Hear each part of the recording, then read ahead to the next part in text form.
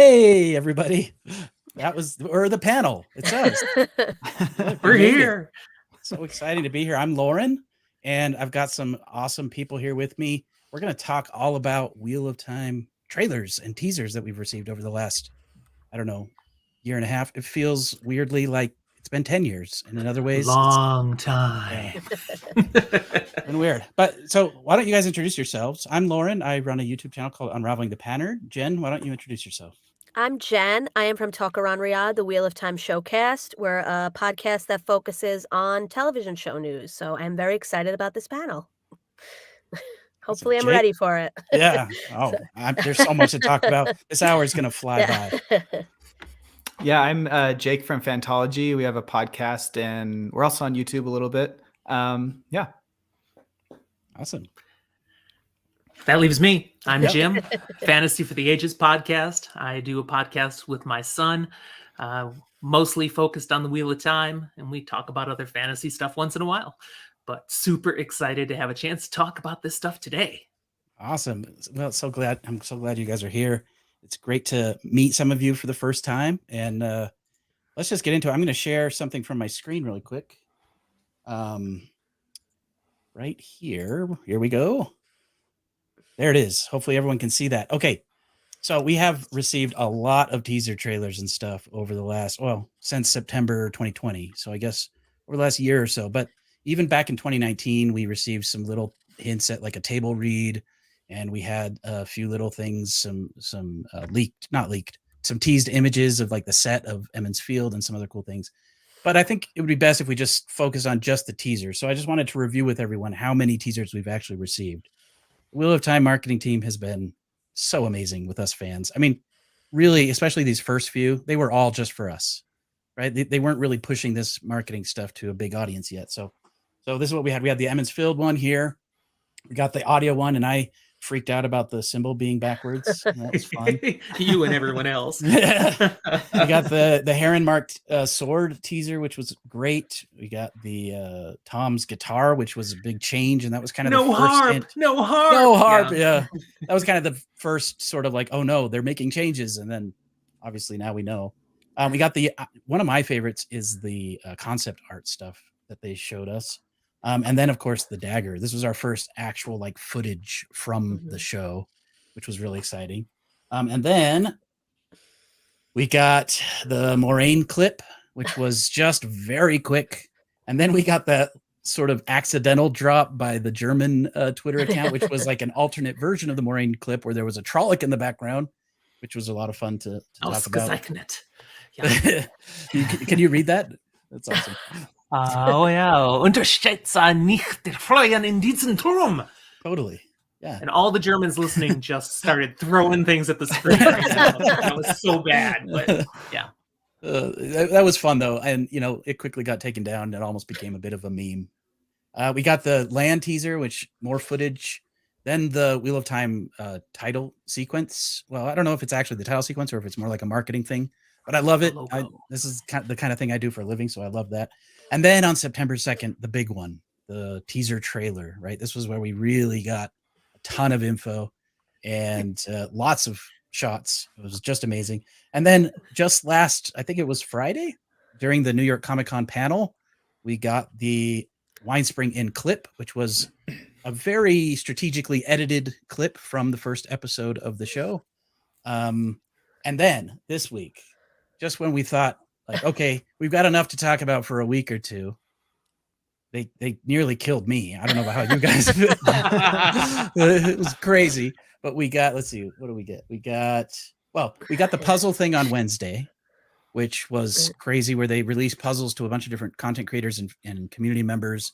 And then we put that together. I don't have a picture of that poster here, but we could talk about that if we want. And then, of course, the awesome little Shadowspawn vignette that they released on Thursday, followed up by the Logain vignette they released yesterday. And my sanity went away today. So what do you guys think? I guess first things first, of all these teasers, and we'll start with you, Jen, which one is your favorite? I know it's hard to pick. It is. I mean, the main trailer was so good. Everyone the length of it. Before that, we were getting like 3 seconds, 5 seconds, and just trying to like analyze 6 seconds for an hour and a half, and finally we get like a 2.5 minute. We weren't even, because they said a teaser was going to drop. They told us the day before. So I think it kind of, in my head, a teaser is like less than a minute. So when a We were full thinking trailer 30 came out, seconds. Yeah. it was amazing. That day, everyone was just watching it on repeat, picking out new things that they didn't notice, and that was a great day. I think if I have to pick one, that would be my favorite. Yeah. And the Dusty Wheels, what did he stream for, like 10 or 12 hours that or was something? nuts. Yeah. It's just insane. Yeah. That's a great pick. Kind of lucky you got to go first. Yeah, I know. No one can pick that now, so no. There's so many other good ones, though. So, Jake, what about you? What's something that stood out to you or your favorite?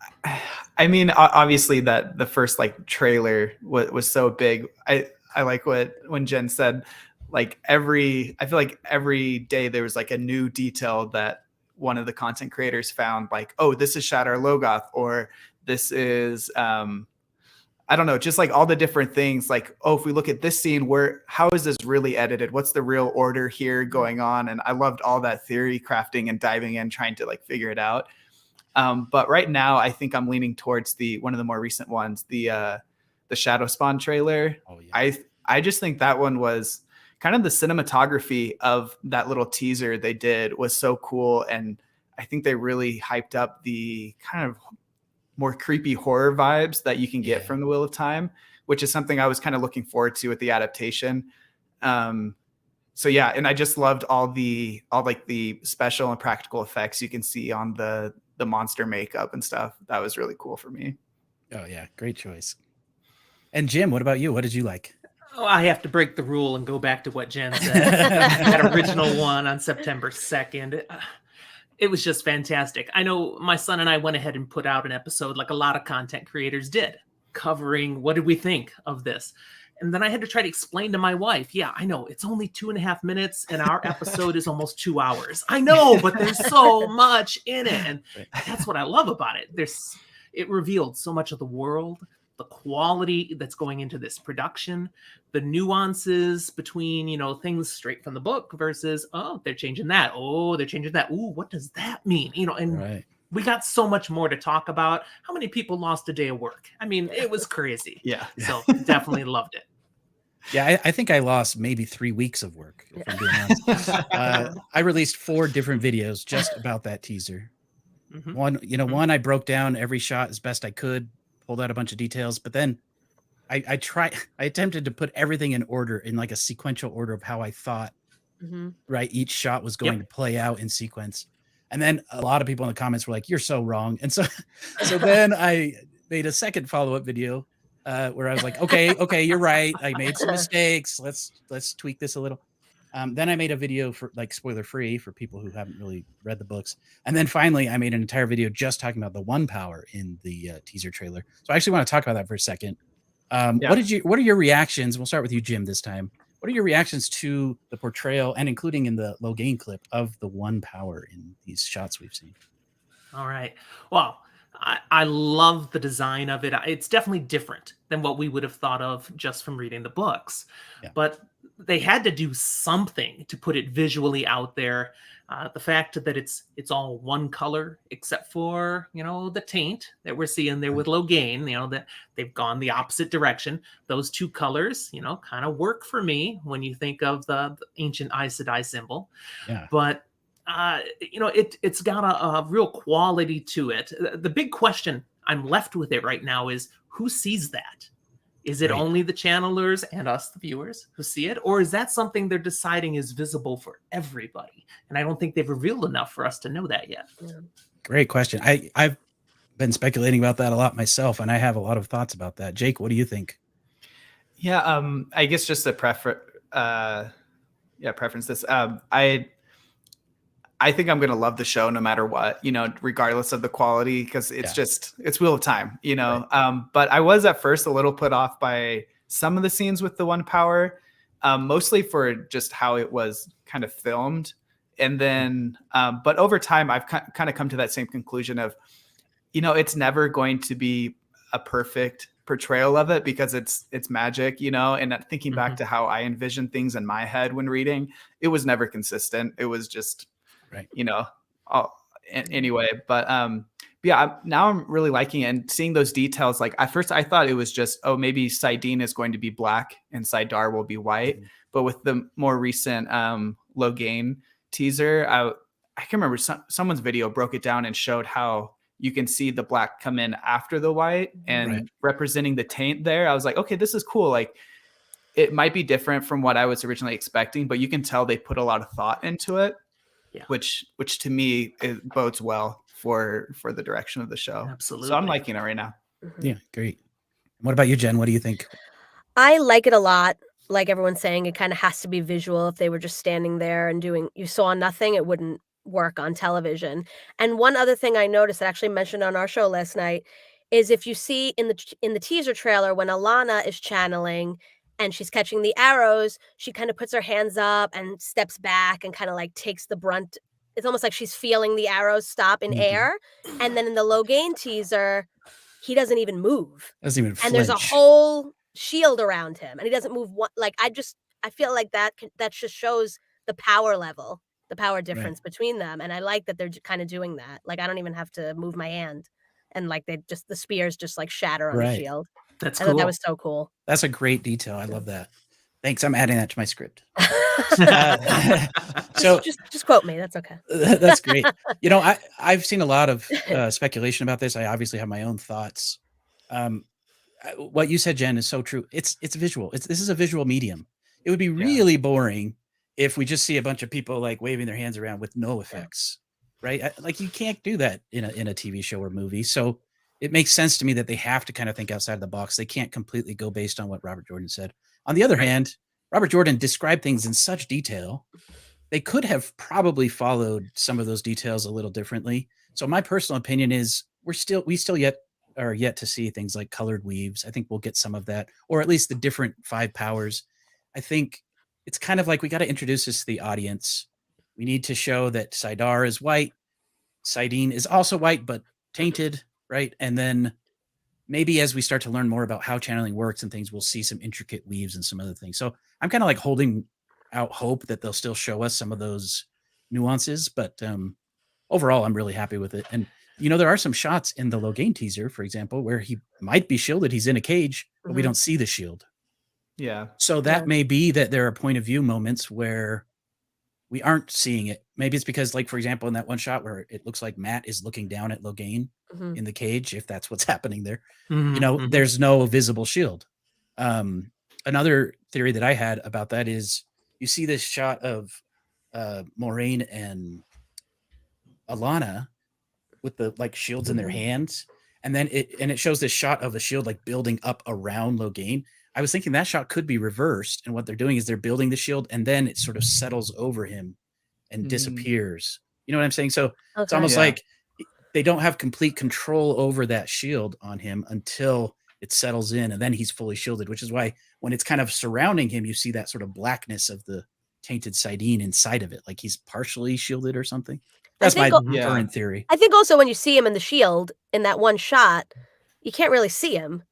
Right. So it wouldn't make sense for that to be there. Even if it's there, you can't have that over him the entire time. You wouldn't be able to see him as an actor. So it's like they have to work with certain things. That's a great point. It's also possible some of these things we're going to see even throughout season 1, we're not going to get all of the information that they intend to reveal to us, just like RJ did when he wrote the books. We didn't get everything in book 1. Things were, peeled back as it went along. And that may happen through season 2, through season 3, and we'll get more clarity. Yeah, that's great.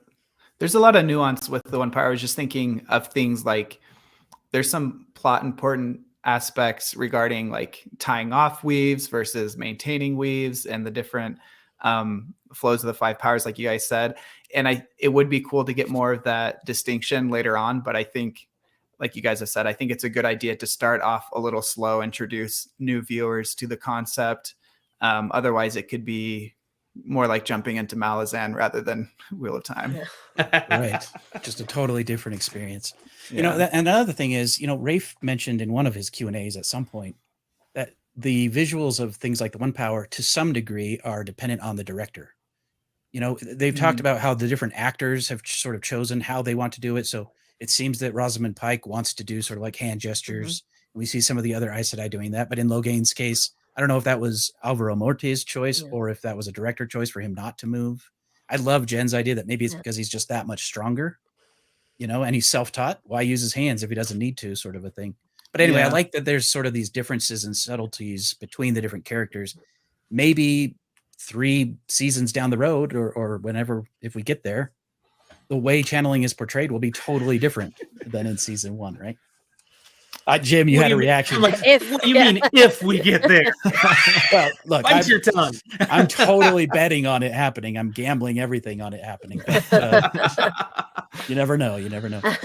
So I guess I just wanted to ask you guys, and there's a lot to talk about. The Winespring Inn clip, for example, there's so much little trickery going in there. Obviously, a lot of the things we think are happening in these teasers aren't really what's happening, right? For example, that shot of Matt and Logain supposedly looking at each other. For all we know, those scenes take place in completely different parts of the scene, and they're not even in the scene together. We don't know, right? Yeah. So are there any details like that you guys maybe have noticed or things in some of these teasers that you are particularly curious or interested in? I think for me, for the Winespring Inn teaser, my biggest concern in air quotes for the show is just kind of the tone. What kind of tone is it trying to convey? And I haven't really settled on whether I understand what tone they're going for yet. Yeah. And a lot of the things. But watching the Winespring Inn teaser, the way Nynaeve reacts to Lan when he walks in and immediately confronts him. At first I was like, oh, this is kind of a little cringy.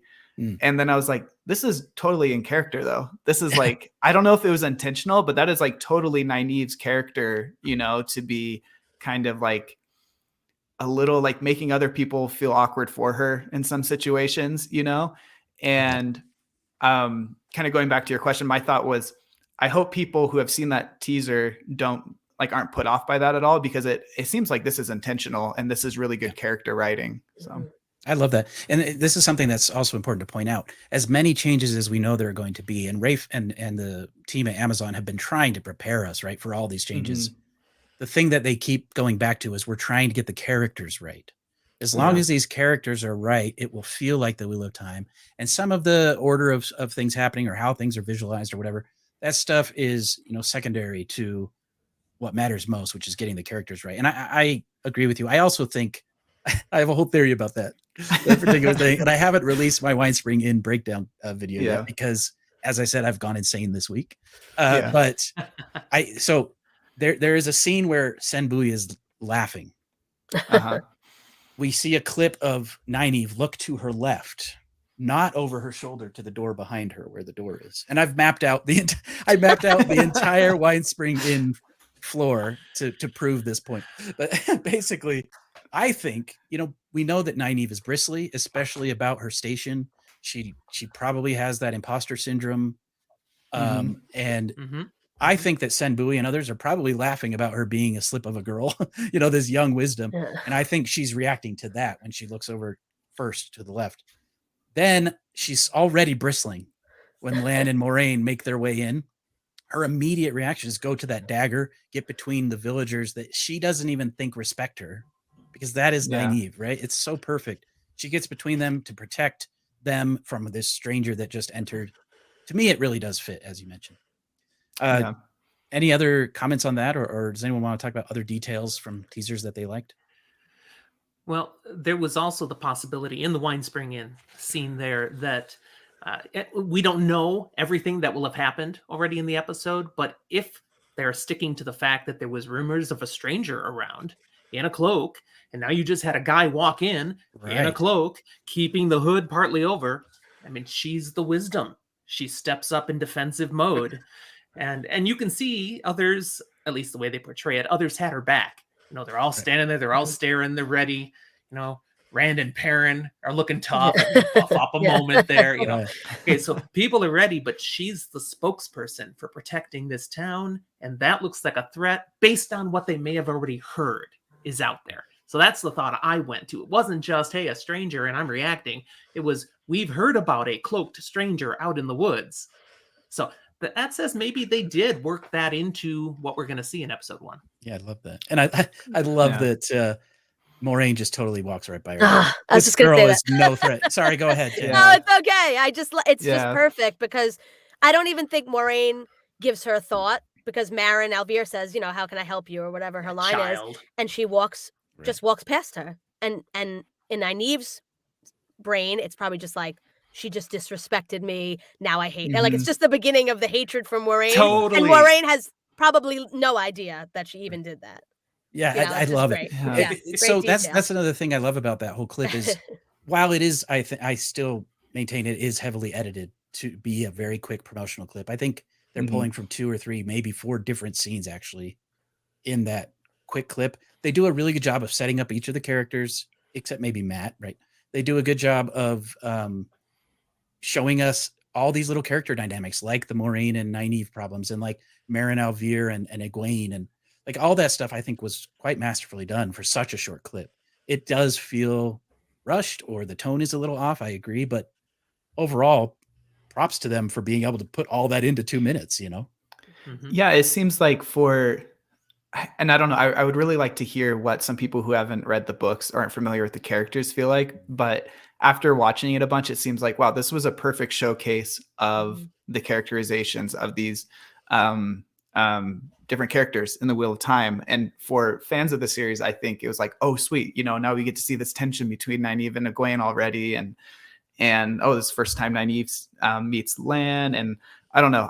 So for me as like a fan, that was really cool. But I wonder how first time viewers are taking that, if they are able to pick up on that. But I think it was masterfully done.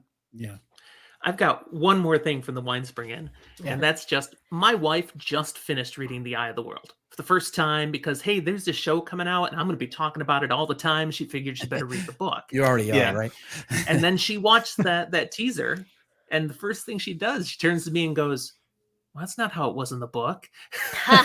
But in particular to how Moraine is flashing the ring. Hi, I'm an Aes Sedai. Right. Yeah. And people Yeah. recognized it right away. Right.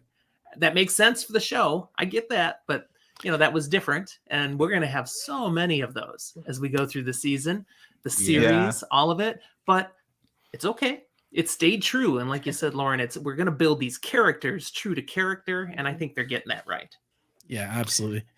Go ahead. Did someone want to say something? I was just going to say, yeah, they're going to have to like condense so much of this, especially the first few chapters of book 1. There's lots of setup and it's like this building thing. And I think they're going to have to, like in a visual medium, people don't have the attention span to like spend an episode on just like introducing these characters, So I think they hit all of those checkpoints just in a faster succession, but Yeah, like think about an entire chapter of Nynaeve's inner monologue is just her stepping up and Moraine walking past her. Like you just get everything, right? Because we're gonna see Nynaeve as wisdom. I'm sure before that happens. Yeah. So we're gonna know that she just brushed, and let's just like a whole chapter. You just got it in like 2 seconds. Exactly. So that's good. Yeah. So let's go back like a year and a half when they were just starting to film things. We were starting to get some rumors about filming locations. We were really under the assumption that they were cramming 2 books into 1 season. And Jen, I know that Talk Around Riyadh, you guys did a lot of like episodic breakdowns of how you thought it would go. And you guys were just cutting stuff left and right. And I was crying. It was. Oh, come on. They were so accurate. They were so close. Well, but to Jake's point though, they can't spend 2 episodes introducing characters, but at the same time, from the little we've received, it feels like they are taking the time to really let us get to know these characters, to get to know the village, to understand that these are strangers that are coming in from outside who may be a danger. Like I actually appreciate that they focus so much on that, considering for a time we thought they were going to be rushing to Shadar Logoth or something by the end of episode 1, right? So, what do you guys think? Like, do you think we're getting the full Eye of the World book in season 1? What are those elements that Rafe mentioned of books 2 and 3 that might appear in season 1? What do you guys think? I don't know. I wish we knew more about episodes 7 and 8 because it's killing me that we don't have the titles. We don't know, and just from the Shadow Spawn trailer, we kind of, I think that's like the main villains of season 1. So like, are there gonna be any Forsaken? Like, is there gonna be Tarwin's Gap? Like, there's enough time, it feels like, but we just don't know anything. And that's Right. like, I don't think there's gonna be too much of the Great Hunt in this, but yeah, I'd really love to know those titles at least, so we could kind of wrap our heads around where they're going in those last 2 episodes. We literally know nothing. It's so They are frustrating. really keeping that under wraps, aren't they? Yes. Yeah, I think they are going to get us all of Eye of the World, but I think they're Yeah. keeping obviously those last 2 episode titles secret because they love us spending all this time talking about it, Yes. but and so do we. But I think they're going to take it just through that beginning portion of the Great Hunt to when now there's a reason for a Great Hunt. Again, I don't know how spoilery we want to be, so I'm going to leave it vague like that. But Yeah. something happens, so there's a reason for a Great Hunt, and that's a perfect place to end season 1. Yeah, it's a good cliffhanger. It's definitely a good cliffhanger if they can get to it. Yeah, I think that would allow for like a nice like climax and resolution for season 1 with like leaving that, like you said, the cliffhanger, little teaser, like, okay, you're going to want to come back for season 2. I don't know if you guys saw Brandon Sanderson did a stream with Will Friedle, Eric Matthews. That's how I know him. Yes. But and in that I guess he's a big fan of Wheel of Time as well. Oh, really? And Sanderson let slip, or I don't know if this is an intentional slip or what, but that it would be, I think he said most of book 1. And that kind of threw me for a loop. I was like, I don't know, like what aspects of book 1 wouldn't you cover in a first season? I was also same with you, Jen. I thought for sure it was going to be pretty much books 1 and 2, and they would somehow move or combine the climaxes of the 2 books to be the same, to fill that. And I'm I think, like, I guess going back to Lauren's question, the book 2 stuff and book 3 stuff, I think is going to be mostly like Black Aja and Logain stuff that they're going to like throw in earlier. Maybe some Shan Chan stuff. I don't know. But I think the main plot is going to revolve around book 1. I just don't know how it wouldn't have all of book 1 though. That's what I'm kind of confused about. I feel like if he's saying most of book 1, maybe there's like middle portions that are being like rearranged, and maybe something from book 2 moves up, but rather than like stopping before the end of Right. book 1. That's how I would take it. Like, not everything that you're reading in book 1 might be in the first season, but I think like it'll come to a conclusion of the end of book 1 at some point. That's what I would think. Yeah. I mean, we're pretty sure that they're leaving Camelin out of season 1, right? I mean, yes, they didn't even so they could even do like right. Sorry. Like, oh no, you're fine. Like Elaine, for example, she wasn't cast until season 2. Right. And so there's another little hint in that Logain teaser that just came out yesterday, that that scene where Matt and Logain are locking eyes, that's Tarvalon in the background, or Tarvalon, as weirdos say. No, Tarvalon forever. Tarvalon. So I don't, that's based on some like leaked images that we're not going to show or anything, but it does seem pretty clear that is the set from Tarvalon, so far as we know. So yeah. There's probably more taking evidence. The Camelin stuff and putting it in Tarvalon. Yeah, there's another big piece of evidence, I think, of why Camelin is definitely not there. And what we saw in that season, in the September 2nd trailer, was the Waygate.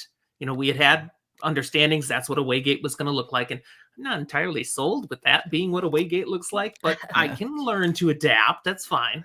But that thing should be in Camelin for how they're using it, and the fact that it's not says this is a significant departure. They're changing because we're going to get back to Camelin in season 2, where we found a different way to make a story element work in the flow of what we're doing here. Now, the thought I had is there still better be a Waygate in Camelin, because that has other implications. Again, we won't go into. Yeah, I think I had assumed the Camelin stuff would have been kind of like introducing characters in Camelin would be pushed later down and just incorporated into Tarvalon or somewhere else. But I guess that's a good point. You could revisit it later, and it is like a key location for plot reasons in many books. So that's a good point. We got a question in the chat about no Shan Chan casting. Yeah. And which I didn't think about, but yeah, I really love the Sean Chen. My wife is similarly started reading the books because it was like, you got to read, like, you don't want to get the show to spoil you. So she's like halfway through book 3, and hearing her thoughts on the Sean Chen, I was like really excited for that. And I just realizing from the chat that, yeah, we don't really have any casting for that, which makes sense if they're only doing book 1. Yeah. Well, yeah, I would say definitely not in book. There's a lot of characters that we know, quotations, that are in book 1, that are in season 1 that aren't technically even announced yet.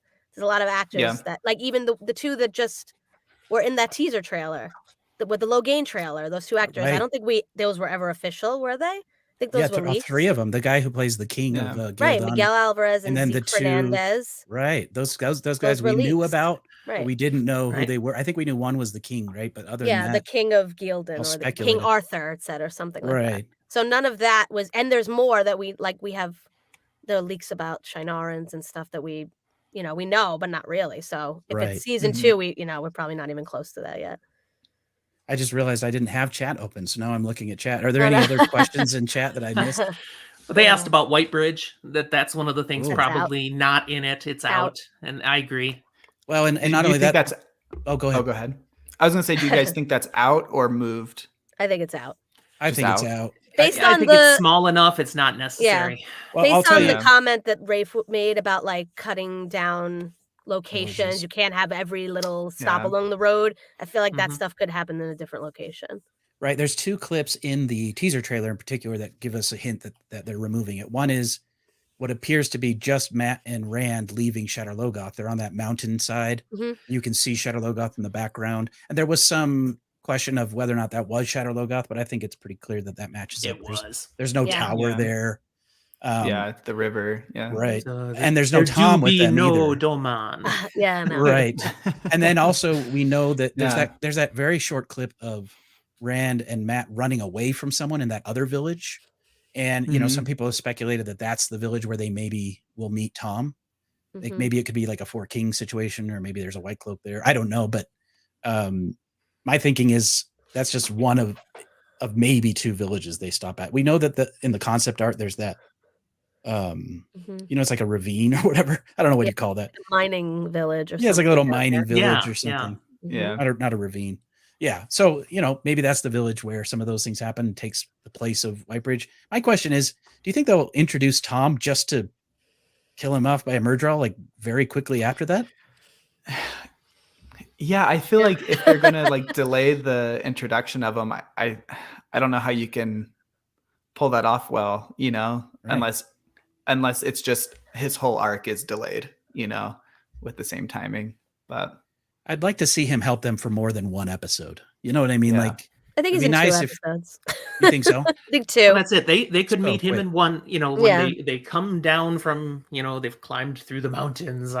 They make it to the Camelin Road. They get to one town. They meet Tom. He travels along with them to the next town. That's where something happens. And that could be over 2 episodes. I had an idea about if Tom is with them when we're like, are we spoilery here? We're spoilery, right? I think we said when Rand channels in Four Kings that he's with them. He sees it, and then you maybe hear a little bit about his nephew, and then you see why he's helping them, and then he sacrifices himself, and then I feel like if you get that a little earlier, it makes his character more important. That works. That's my idea. That'd be a cool tie-in too, to help you again quickly flesh out Tom's motivations. Not just like some guy they met. Why is he sacrificing himself after 2 days? So right. I like that. I like that a lot. So we always talk about the changes. There are certain things we're concerned about. We know adaptation requires change. We know that Rafe is taking this in a direction that he feels is important for whatever reasons. The question is, and another thing we always talk about as fans, there are certain changes we're all happy with. I think there are certain things that we're all like, oh, please change that. I don't like that particular thing. One of the things, I noticed, I went to a Salt Lake Comic-Con panel. They don't call it Comic-Con anymore. They call it Fan X. But I was on a panel with Omar from WoT series and Matt from the Dusty Will. And it was a really awesome experience. And we went into this small room, but it wasn't a small room. It was a big room. There were a bunch of like Mandalorian actors in the panel right before us. Oh, wow. And then they left and most of the room emptied, and then they were like these random people from YouTube, but it was nice. We got to talk about the show a little bit, but most of the general fans aren't following this stuff religiously the way we content creators are. And even like our small audiences compared to the people who have read the books, like there's just so many people who are still learning about the show for the first time, who don't know about all this, who aren't prepared for the changes that are coming, and they're concerned. And the thing I noticed when I was at this panel, some people brought up their concerns about things like casting and race and all these other things that some of us roll our eyes about, but I got to talk to some of these people face to face, and I realized everyone has this special connection with the books. Everyone envisions things in their way. It doesn't necessarily mean that they're a racist or hateful or prejudiced towards certain changes. They're just worried about the story that they're in love with, and they want it done the way they want it done. And every single person, including the four of us here, has our own vision of what that is. And so to tackle that for Rafe and the team with all of these changes, I personally am like, man, I'm glad I'm not you. We all come up with these crazy theories. We come up with all these crazy ideas, like maybe they're going to do this with this character. I'm just glad I don't actually have to make those choices, right? Because it's crazy. So what do you guys think? What are some of the changes or adaptation related things that you guys are maybe excited about or concerned about? I know I just came up with this question. I'm like, wait, this wasn't on the list. I'm like, did I answer that? I'm excited to see. I think most people would be excited about this, to see the relationships between characters develop in a better way than in the books. I feel like there's lots of more storybook romance in the books of like, we met each other and now we're in love. Right. And I'd like to see, and it looks like based off the original, like the 2.5 minute teaser trailer and then the Wine Spring Inn things and stuff like that, it looks like there's going to be actual romantic developments and relationship developments, and that'll be more something you can connect with in a better way. And I'm excited for that, because for me, reading the book, it never really affected me, but whenever anybody criticizes the romances, I'm like, okay, I can't defend that.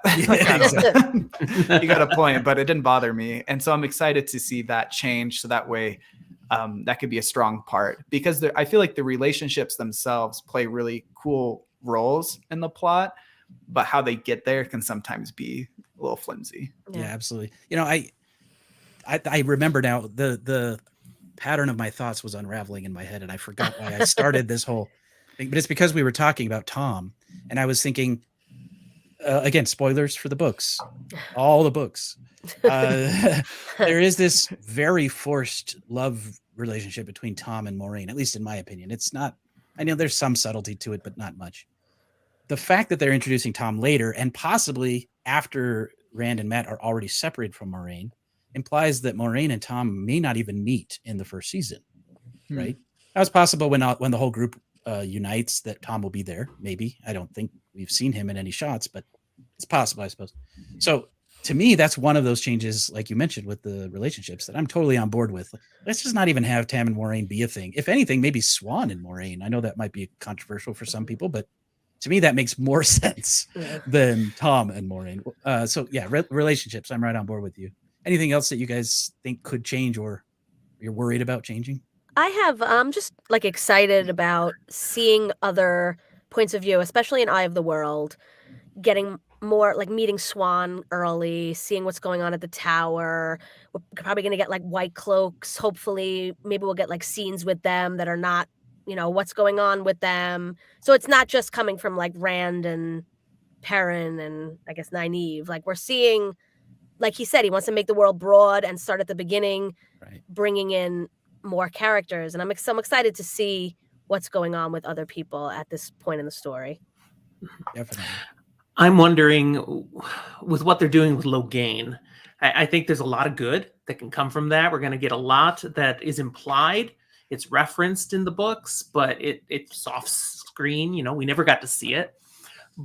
But will they take it too far? Is the one question mark I'm having. Will they try to expand that role so much that it tweaks the storyline itself in a way that makes a lot of us who have been longtime fans a little cringing. I don't see enough to be too concerned yet, but it's one thing I'm thinking about.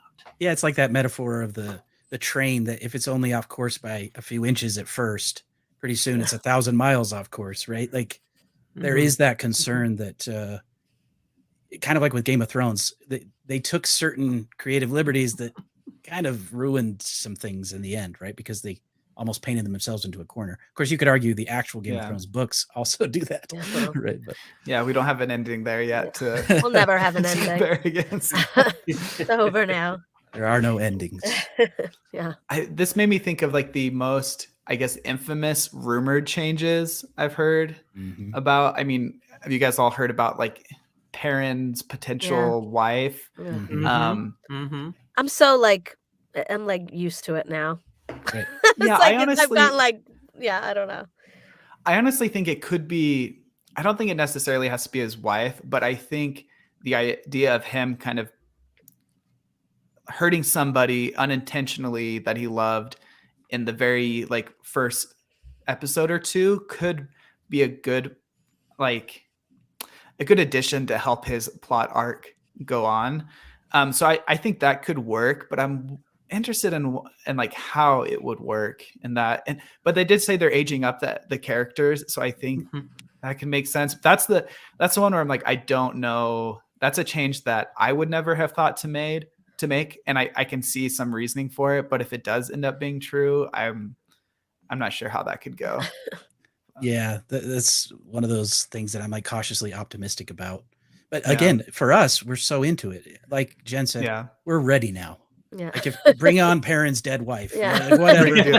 You know, we can how take many it. people are going to be like, what? That's not in the books. You know, like, on the other hand, how many people like my family who have never read the books are going to be like, oh, wow, now I really feel for Perrin. I feel for his character. I see why he has all these concerns about going into beast mode as a wolf. You know, like it does kind of work. So we're going to have so many of those experiences with people who haven't read the books. It'll be like, oh man, that Leandrin, she's awesome. I love that character. You know, exactly. And we're just going to have to.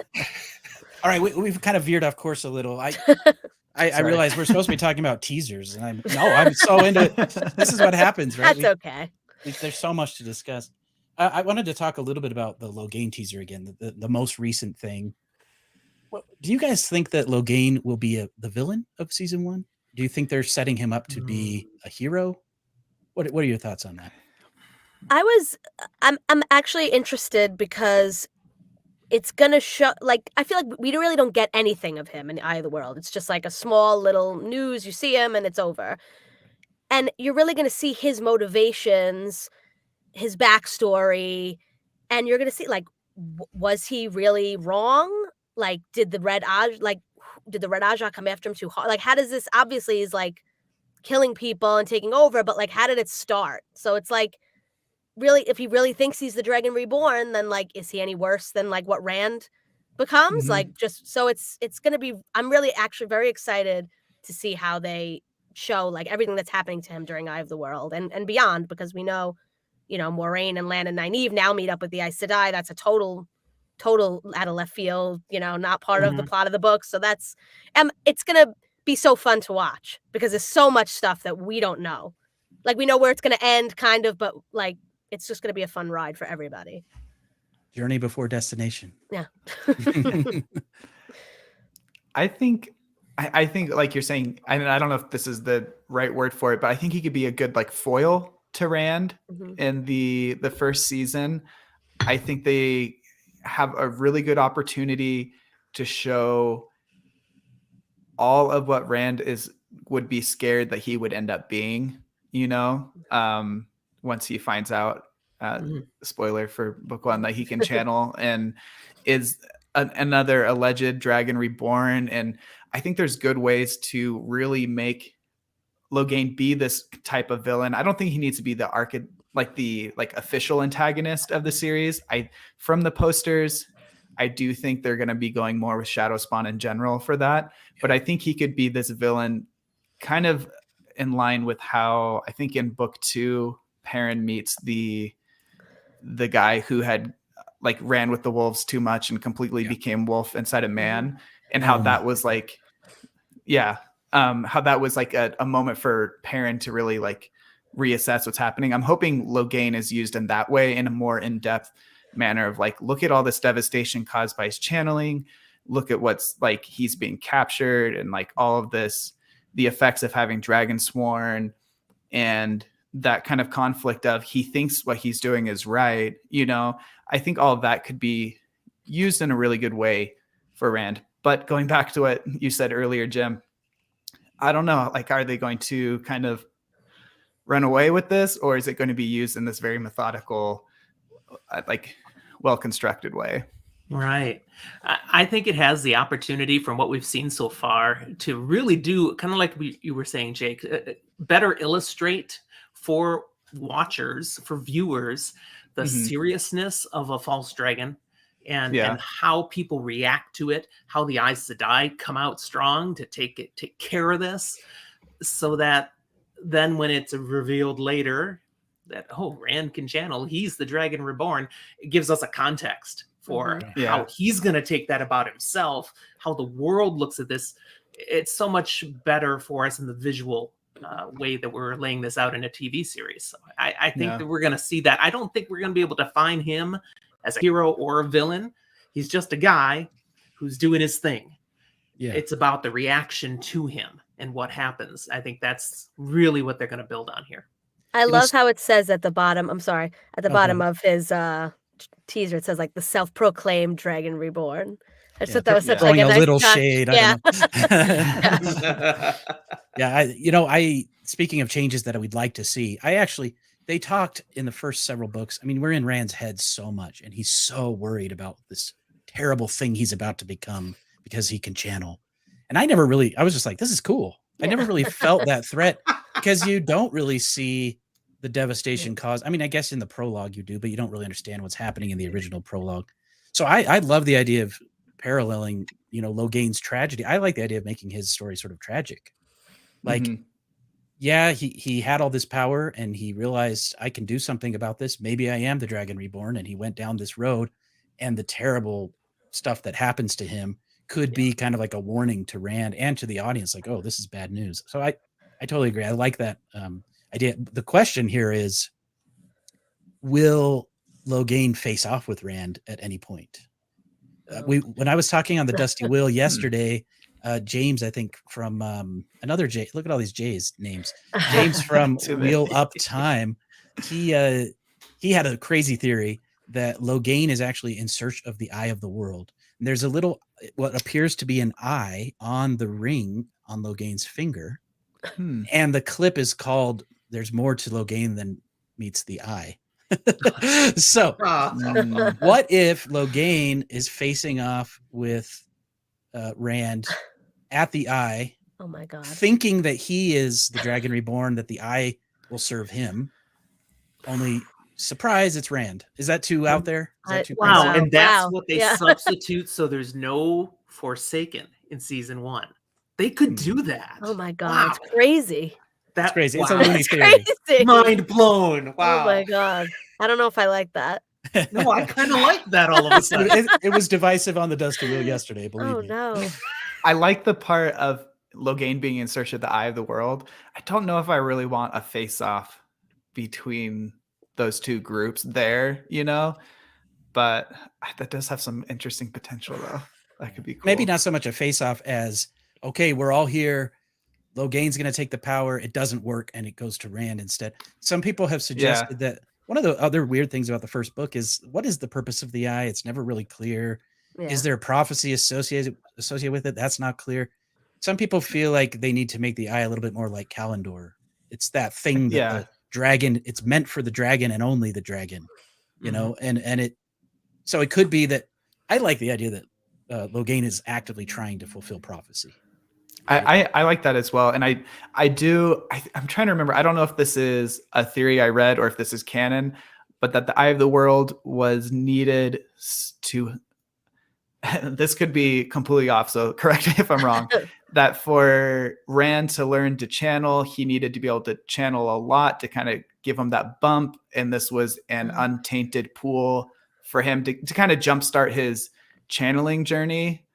Like that was the purpose of it, other than like the horn and stuff.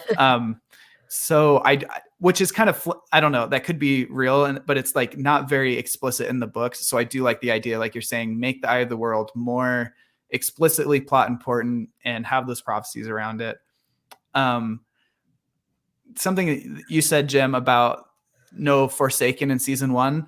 I thought we heard that there would be, but only if you knew where to look. Is that like is that a Baselman reference or? True. There was a reference from, I think Rafe is the one who said it. Yeah. But yeah, there's not going to be anything where it's obvious to viewers that this is Forsaken. So I don't know where that comes in, unless it's like one of the Aes Sedai. Yeah, I think we're going to maybe meet people who then end up being Forsaken in disguise later on. Mm-hmm.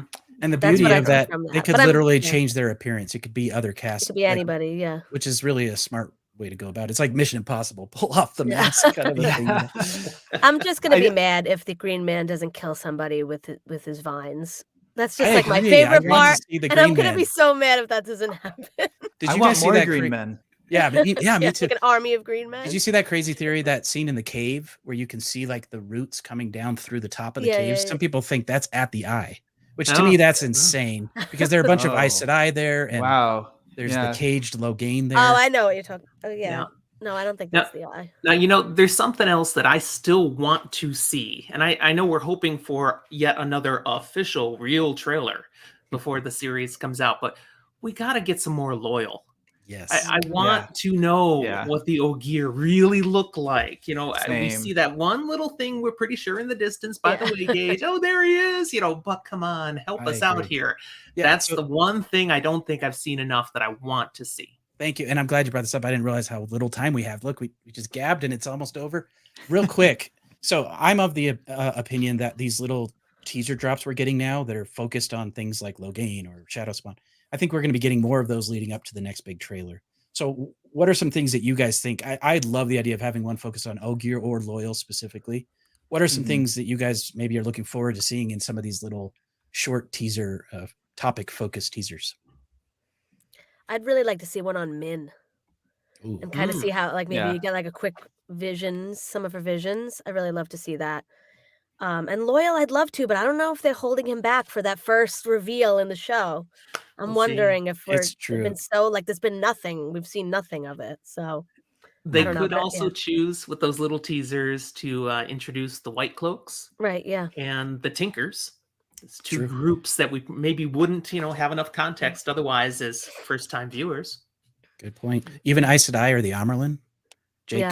Yeah. I was gonna say White Cloaks and Fane. I think there's been a significant lack of Fane, and I hope he's a force. In my mind, I thought he would, before seeing any teasers of like the trailer and stuff, I thought he was going to be maybe the main antagonist of season 1.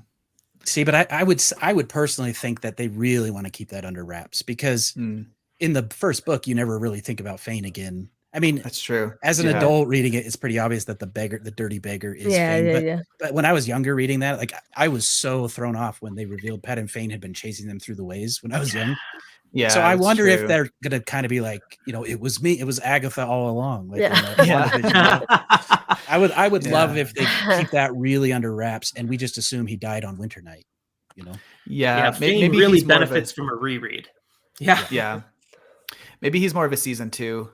Or he might show up right at the end. You might see him like at the end in Shinar, and then all of a sudden, everything goes down. I don't know. If we're going through what we postulated. Yeah. I like the Gollum sort of parallels with him chasing them through Moria or the Ways. I hope we do get some of that, but I don't know. Any other final thoughts before we wrap up here, you guys? We're getting in our last 5 minutes here. I was just gonna say, do you think we'll get any of the dreams from? I don't know. Because that's pretty heavily Forsaken stuff, right?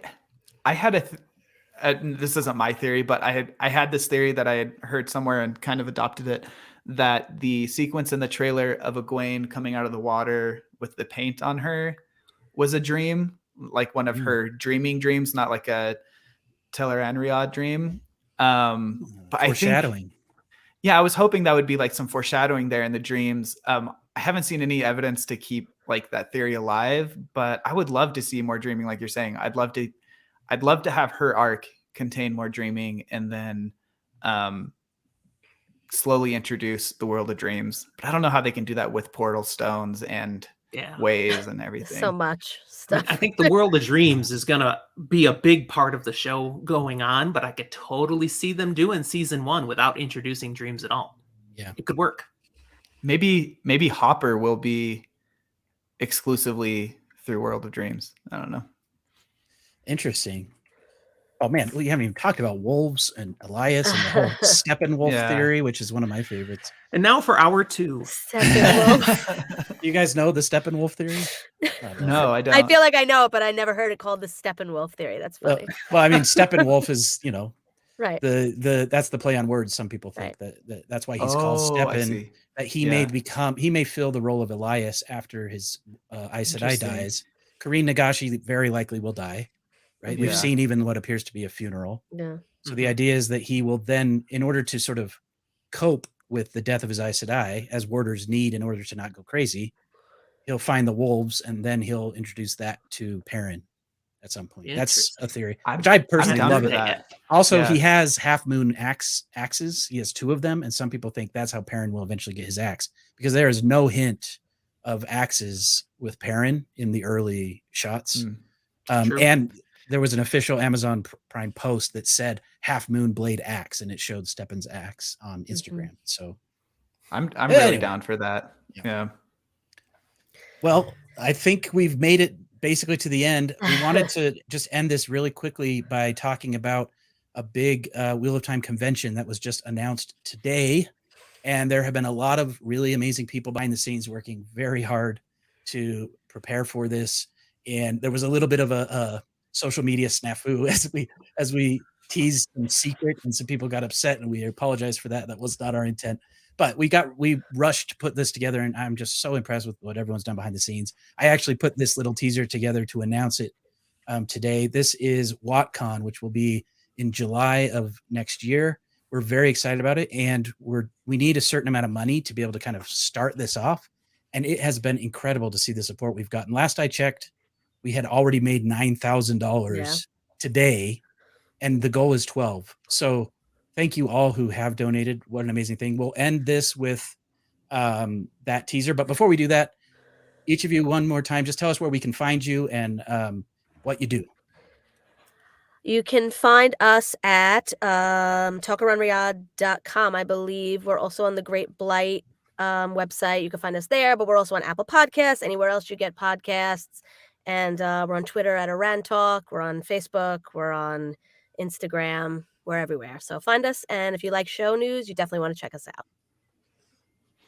You can find us on anywhere you get podcasts, really, and on YouTube. We're trying to get 100,000 or 100,000. We're trying to hit 1,000 subscribers on YouTube by the end of the year. Check us out there. And we do more than just Wheel of Time, and 2 of the main 5 of us have some really bad Wheel of Time takes. So listen to our stuff so you can comment on how bad their takes are. That's great. You can find Fantasy for the Ages in all the usual places that you download podcasts. You can even listen to it on YouTube. We do have a channel there. It's just audio. My son Zach and I, as we're working our way through the books, we're halfway through The Dragon Reborn now. It's a great one for first-time readers, because while we've both read the books, we do it in a spoiler light format. So we don't spoil the future. We just go kind of wink, wink, nod, nod. This is important. Pay attention, make a note, put a bookmark. And we're just having fun talking about the series. But so Wheel of Time plus other fantasy things once in a while. Awesome. Thank you guys so much. It was great to talk with you all. I could do this for more hours, but truth is I got more scripts to write for some videos that I should have released yesterday. So my name is Lauren. I have been and will continue to be Lauren.